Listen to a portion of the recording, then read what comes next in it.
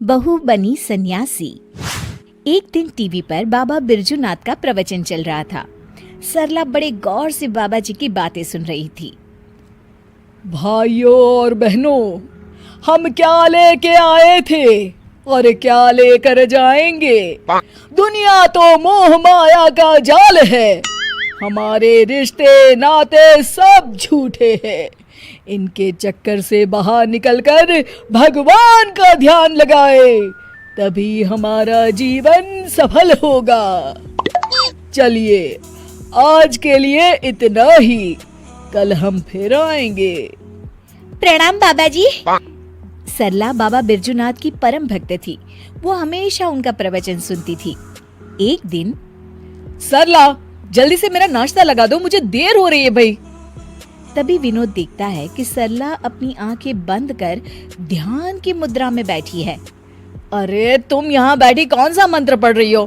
मेरा नाश्ता कहाँ है? सरला अपनी आंखें खोलती है और मुस्कुराकर जवाब देती है, क्रोध मनुष्य का सबसे बड़ा दुश्मन है, उस पर काबू करना सीखिए स्वामी। अरे ये स्वामी कौन है? मेरा नाम तो विवेक है, भूल गई क्या? और कब से भूखा बैठा हूँ, चलो ना मेरे लिए जल्दी से नाश्ता बनाओ ना तुम। नाश्ता आप खुद बना लीजिए, इस वक्त मैं भगवान का ध्यान कर रही हूँ। विनोद चिढ़ जाता है। अरे यहाँ कोई मजाक चल रहा है? ये कैसे उठपटांग बातें कर रही हो तुम? मैंने तुमसे कितनी बार कहा है कि ये बाबा लोगों के प्रवचन ज्यादा मत देखा करो। खैर, तुम्हें तो मैं शाम को देख लूंगा, अभी मुझे देर हो रही है। उसी शाम सरला की सास, अरे बहू, कहाँ मर गई थी है? घर में इतना काम पड़ा है और तू है कि बाहर सैर सपाटा कर रही है। माँ जी, मैं तो मंदिर में कीर्तन करने गई थी। अरे वो सब तो ठीक है, पर घर के काम क्यों नहीं किए तूने? और ये किस तरह के कपड़े पहन रखे हैं तूने? नया फैशन है क्या? नहीं माँ जी, ये तो हम सन्यासियों के कपड़े हैं। आज से मैं सिर्फ भगवान की भक्ति करूंगी। अच्छा, और घर के काम कौन करेगा? घर के काम तो आप करेंगी माँ जी। अच्छा, मैं चलती हूँ, मेरा ध्यान का समय हो गया है। सरला अपने कमरे में चली जाती है। इस तरह सरला घर के काम करना बंद कर देती है और मजबूरी में सरला की सास को घर के सारे काम करने पड़ते हैं।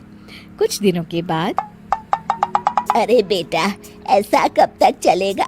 इस बुढ़ापे में सुबह से शाम तक काम कर कर के लगता है मैं तो बहुत जल्द भगवान को ही प्यारी हो जाऊंगी। तुझे अपनी माँ की जरा भी चिंता नहीं है क्या? माँ, मेरी तो समझ में नहीं आता कि सरला का क्या करूं। एक बात बोलूं बेटा, जब से बहू सन्यासी बनी है तब से कुछ ज्यादा ही पेटू हो गई है। सारा दिन खाने का ऑर्डर देती रहती है। तभी दरवाजे पर सरला की सहेली कोमल आती है। नमस्ते माँ जी, सरला घर पर है क्या? हाँ है, अपने कमरे में। थोड़ी देर के बाद सरला अपने कमरे से आवाज देती है, माँ जी, 2 कप चाय ले आइएगा और साथ में कुछ नाश्ता भी। अरे जरा दम तो लेने दे महारानी। कुछ कहा क्या माँ जी? अरे कुछ नहीं बहू, आती हूँ चाय नाश्ता लेकर अभी। सरला की सास जैसे ही नाश्ता लेकर कमरे की तरफ जाती है कि दोनों के जोर जोर से हंसने की आवाज सुनाई देती है। सरला की सास वहीं रुककर दोनों की बातें सुनने लगती है। मान गए तुझे सरला, आखिर तू शर्त जीत गई। इतने दिनों से तूने अपनी सास को क्या बेवकूफ बना के रखा है और इस घर में मजे कर रही है। अरे वो बुढ़िया आधी बेवकूफ तो पहले से थी, मैंने अब उसे पूरी बेवकूफ बना दिया। अच्छा, तो ये बात है। ठहर जा बहू, अब तू देख ये बेवकूफ बुढ़िया क्या करती है। सरला की सास अपने बेटे विवेक को सारी बात बता देती है। अगले दिन, क्या हुआ माँ जी, ये सूटकेस लेकर आप लोग कहाँ जा रहे हैं और आज आप दोनों ने मेरी तरह सन्यासियों वाले कपड़े क्यों पहन रखे हैं? बहू, आज से हम दोनों भी तेरी तरह सन्यासी बन गए हैं। इसीलिए मैंने फैसला किया है कि हम ये घर बेचकर हिमालय चले जाएंगे भगवान की तपस्या करने। हैं? लेकिन माँ जी, आप ये घर कैसे बेच सकती हैं? मेरा मतलब आपके हिमालय जाने के बाद मैं कहाँ रहूंगी?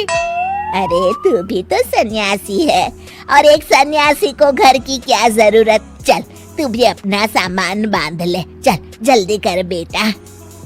बाबा बिरजूनाथ बिल्कुल सही कहते हैं। ये घर बार रुपए पैसे सब मोह माया है, इसलिए तो मैंने आज से अपनी नौकरी भी छोड़ दी है। अरे वो बिरजू बाबा पागल है, उसकी सुन के आप दोनों ने इतना बड़ा कदम उठा लिया। क्या कहा बहू तूने?